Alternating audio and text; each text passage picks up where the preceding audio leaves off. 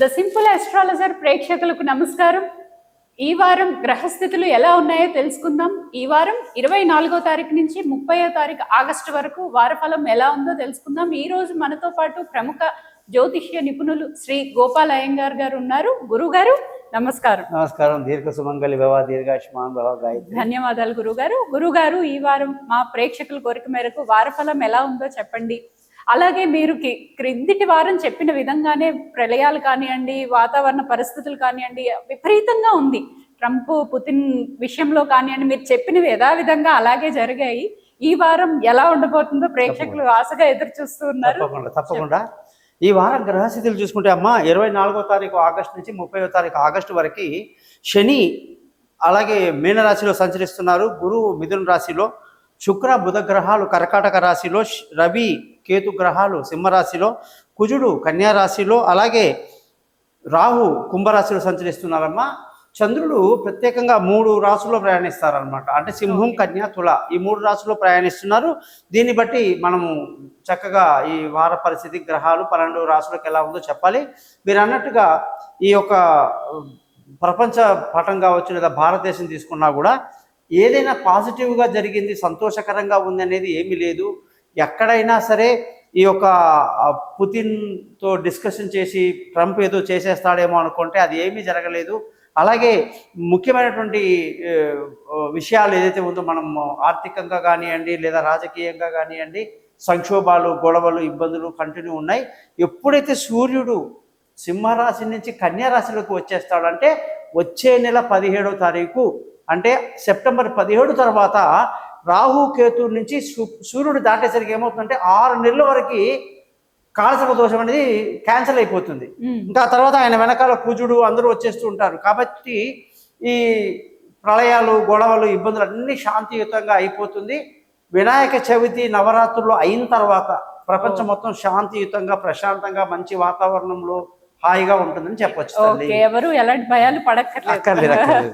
Okay గురుగారు, అలాగే ఇప్పుడు ఎవరైతే నక్షత్రాల రోజు ఎలా నక్షత్రాలు అంటే పుట్టినరోజులు చాలా మంది జరుపుకుంటారు, అది ఎలా జరుపుకుంటారో, ఏ రోజున జరుపుకుంటారో చెప్పండి. అమ్మా ఈ వారంగానే చూసుకుంటే మనకి ఇప్పుడు 24 నుంచి మనకు భాద్రపద మాసం అనేది మొదలవుతుంది. ఈ భాద్రపద మాసంలో పాడ్యమి తిథి మొదటి రోజు నుంచి చూసుకుంటే ఎవరైతే భాద్రపద మాసంలో జన్మించారో వాళ్ళు పుబ్బా నక్షత్రంలో జన్మించిన వాళ్ళు ఉత్తర, హస్త, చిత్త, స్వాతి, విశాఖ, అనురాధ, విశాఖ నక్షత్రం వరకు వాళ్ళు ఈ రోజులో వాళ్ళ పుట్టినరోజులు గుడికి వెళ్ళటం, వాళ్ళ పేరు మీద అర్చన, దేవుడి అర్చన చేసుకోవటం లాంటివి చేస్తే చాలా మంచిది. ఓకే, అలాగే పెద్దలకి తిథులు పెట్టాలని చాలా మంది చూస్తుంటారు కదండి, వాళ్ళకి ఏ రోజులు? వాళ్ళు ఎవరైతే భాద్రపద మాసంలో శుక్లపక్షంలో పెద్దవాళ్ళు గతించారో వాళ్ళల్లో ఎవరైతే పాడ్యమి తిథి, విధియ, తదియ, చవితి, పంచమి, సప్తమి, షష్ఠి, సప్తమి ఈ తిథుల్లో మరణించిన పెద్దలకి ఖచ్చితంగా బియ్యం పోయటం అంటారు లేదా పిండ ప్రదానం చేయటం వల్ల వాళ్ళ ఆశీస్సులు మన కుటుంబం పరి మీద అందరికీ ఉంటుంది. చాలా చక్కగా వివరించారు గురుగారు, ధన్యవాదాలు. నమస్కారం.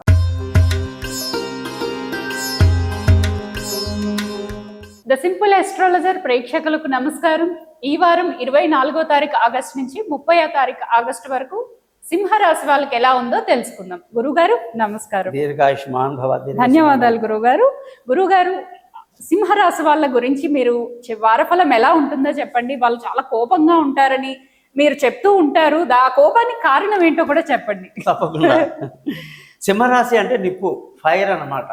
సో సింహరాశిలో పుట్టిన వాళ్ళు ఎప్పుడు కూడా కార్యాధ్యక్షత, సమయ పాలన, వాళ్ళకున్న సిన్సియారిటీ, హానెస్ట్, ఇవన్నీ వాళ్ళు గ్రహాలు బాగుంటాయి, సూర్యుడు బాగుంటే అద్భుతంగా ఉంటారు. సో వాళ్ళకి ఫైర్ అనేది ఎందుకు వస్తుందంటే తప్పు జరిగినా, ఎవరైనా ఇచ్చిన మాట తప్పినా లేదా తప్పిదాలు చేసినప్పుడు వాళ్ళ పట్టలేమన్నమాట. అంటే ఒక పర్ఫెక్షనిస్ట్ అంటారు బస్ట్. సో ఈ వారం సూర్యుడు ఎప్పుడైతే వీళ్ళకి సింహరాశిలోకి వచ్చేసాడో ఈ వారం అంతా సింహరాశి వాళ్ళకి పట్టిందల్లా బంగారం, మానసిక స్థితి బాగుంటుంది, అనుకున్న పనులు విజయవంతంగా పూర్తి చేస్తారు, మంచి విందులు వినోదాల్లో పాల్గొంటారు, కుటుంబంలో హ్యాపీగా ఉంటారు. ఓకే గురుగారు, అలాగే ధనస్థానం. సో అమ్మ ఇక్కడ ధనస్థానానికి అధిపతి బుధుడు వ్యయంలో ఉన్నాడు కాబట్టి సమయాన్ని బట్టి, సందర్భాన్ని బట్టి జాగ్రత్తగా మన డబ్బు వసూలు చేసుకోవాల్సిన పరిస్థితి ఉంది. మీరు కాకుండా మీ కింద వాళ్ళ చేత కానీ వేరే వాళ్ళ చేత ధనం రాబడి చేసుకోవటం వల్ల మంచిదవుతుంది. స్వయంగా మీరే పాల్గొంటే కాస్త వాయిదాలు పడే అవకాశాలు ఉంటాయి. అలాగే కుటుంబంలో కూడా బుధగ్రహం యొక్క నెగిటివిటీ వల్ల కొంచెం మనశ్శాంతి లేకపోవడం కానీ, పిల్లల చదువులో డెవలప్మెంట్ తగ్గడం కానీ కనపడుతున్నాయి అన్నమాట. ఓకే, అలాగే ఇప్పుడు రిలేషన్షిప్ కానివ్వండి, అన్నదమ్ములు కానివ్వండి, వీళ్ళ పరిస్థితి అంటే క్లోజ్ గా ఉన్న వాళ్ళు చాలా మంది విడిపోతూ ఉంటారు. సడన్ గా ఎందుకు అలా జరుగుతుందంటారు? అని జనరల్ గా ఈ రోజులో కాలమహిమాది ప్రపంచంలో అన్ని ఈగో ప్రాబ్లమ్స్, అన్ని రకాలైనటువంటి రాగద్వేషాలు ఎక్కువవుతున్నాయి. కాబట్టి ఈ అమ్మాయి అడిగింది ముఖ్యంగా ఈ సింహరాశి వాళ్ళకి బంధువులతో, స్నేహితులతో మంచి సహాయ సహకారాలు ఉంటాయి. విందులు వినోదాల్లో పాల్గొంటారు. చిన్ననాటి స్నేహితుల్ని కలుసుకుంటారు. ఆ హెల్పింగ్ నేచర్, నలుగురికి సహాయం చేసే గుణం కూడా సింహరాశి వాళ్ళకి ఈ వారం చాలా బాగుంటుంది. బాగా మానసిక స్థైర్యాన్ని కలిగి ఉంటారు. ఓకే గురుగారు, అలాగే ఇప్పుడు కొత్తగా ఇల్లు కొనుక్కునే వాళ్ళు కానివ్వండి, లేదు అంటే వాహనాలు కొనుక్కునే వాళ్ళు కానివ్వండి, వాళ్ళు కొనుక్కోవచ్చు అంటారా? చాలా బాగుందమ్మా. దానికి అధిపతి కుజుడు ద్వితీయంలో ఉండడం వల్ల విలువైన వస్తువులు, వాహనాలు, భూములు, అన్ని రకాల ఆస్తులు కొనడానికి అనుకూలంగా ఉంది. అన్ని లావాదేవీలు సానుకూలంగా ఉన్నాయి. ఓకే, ఇప్పుడు చాలా మందికి సంతానం ఉన్న వాళ్ళు ఇంకా నెక్స్ట్ సంతానం కోసం వెయిట్ చేస్తూ ఉంటారు. అలాగే ఇప్పుడు లేని వాళ్ళ పరిస్థితి ఎలా ఉందంటారు? చాలా అద్భుతంగా ఉందమ్మా. ఎప్పుడైతే వీళ్ళ సంతానానికి అధిపతి లాంగ్ జర్నీ, అంటే 1 సంవత్సరం వరకు గురువు ఎప్పుడు కూడా పంచమాధిపతి సంతానానికి 11 ఇంటూ ఉండడం వల్ల మంచి సంతాన యోగం ఉంది. సంతానం లేని వాళ్ళకి శుభవార్తలు అందుకుంటారు ఈ సంవత్సరం గ్యారంటీగా. ఈ వారంలో ద్వితీయ సంతానానికి కూడా అనుకూలంగా ఉంది. అలాగే పిల్లల చదువుల గురించి, వాళ్ళ విదేశీయానాలు, దూర ప్రయాణాలు అన్నీ కూడా చాలా అనుకూలంగా ఉన్నాయి. మీ తెలివితేటలు బ్రహ్మాండంగా పనిచేస్తుంది. స్పోర్ట్స్ లో ఉన్న వాళ్ళు కూడా చాలా మంచి పేరు తెచ్చుకుంటారు. ఓకే గురుగారు, అలాగే ఇప్పుడు చాలా మంది అనారోగ్యంతో బాధపడుతూ ఉంటారు. అలాగే చాలా ప్రీషియస్ గా ఏంటి అంటే అప్పులు ఇస్తారు, కానీ తీసుకోవాలంటే చాలా కష్టపడుతూ ఉంటారు. వాళ్ళకి ఎలా ఉంటుందంటారు? చాలా ఒత్తిడిగా ఉందమ్మా. ఎందుకంటే సూర్యుడికి, సింహరాశికి శని షష్టాధిపతి. ఈ రుణ ఒత్తిడి కానీ, ఆరోగ్య విషయాలు కానివ్వండి, లేదా మంచం మీద ఉన్న వాళ్ళు లేవటానికి కానివ్వండి, అన్నిటికీ కూడా శని అధిపతి అష్టమంలో పడ్డాడు.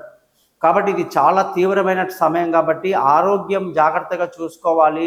శత్రువుల మీద ఒక కన్నేసి ఉంచాలి. రుణ ఒత్తిడి రాకుండా మన ప్రయత్నంగా మనం రుణ ఒత్తిడి నుంచి బయటపడాలి. కొంచెం నెగిటివ్ గా ఉంది. ఓకే గురుగారు, అలాగే ఇప్పుడు భార్యాభర్తలే కానివ్వండి, చిన్న చిన్న విభేదాలకే దూరం అయిపోతూ ఉంటారు, విడాకుల వరకు వెళ్ళిపోతూ ఉంటారు. వాళ్ళకి ఎలా ఉండిపోతుంది అంటారు? ఇక్కడ నువ్వు చెప్పింది చాలా మంచి టాపిక్. ఏంటంటే ఈ ఫైర్ కదా. అవునండి, అవునండి. వీళ్ళు భార్యని ఎప్పుడైతే గట్టిగా ఫైర్ చేస్తారో ఈ వారంలో ఎంత తీవ్రమైన పరిణామాలు వస్తాయంటే, ముందుగా సూర్యుడు అంటే మొండి.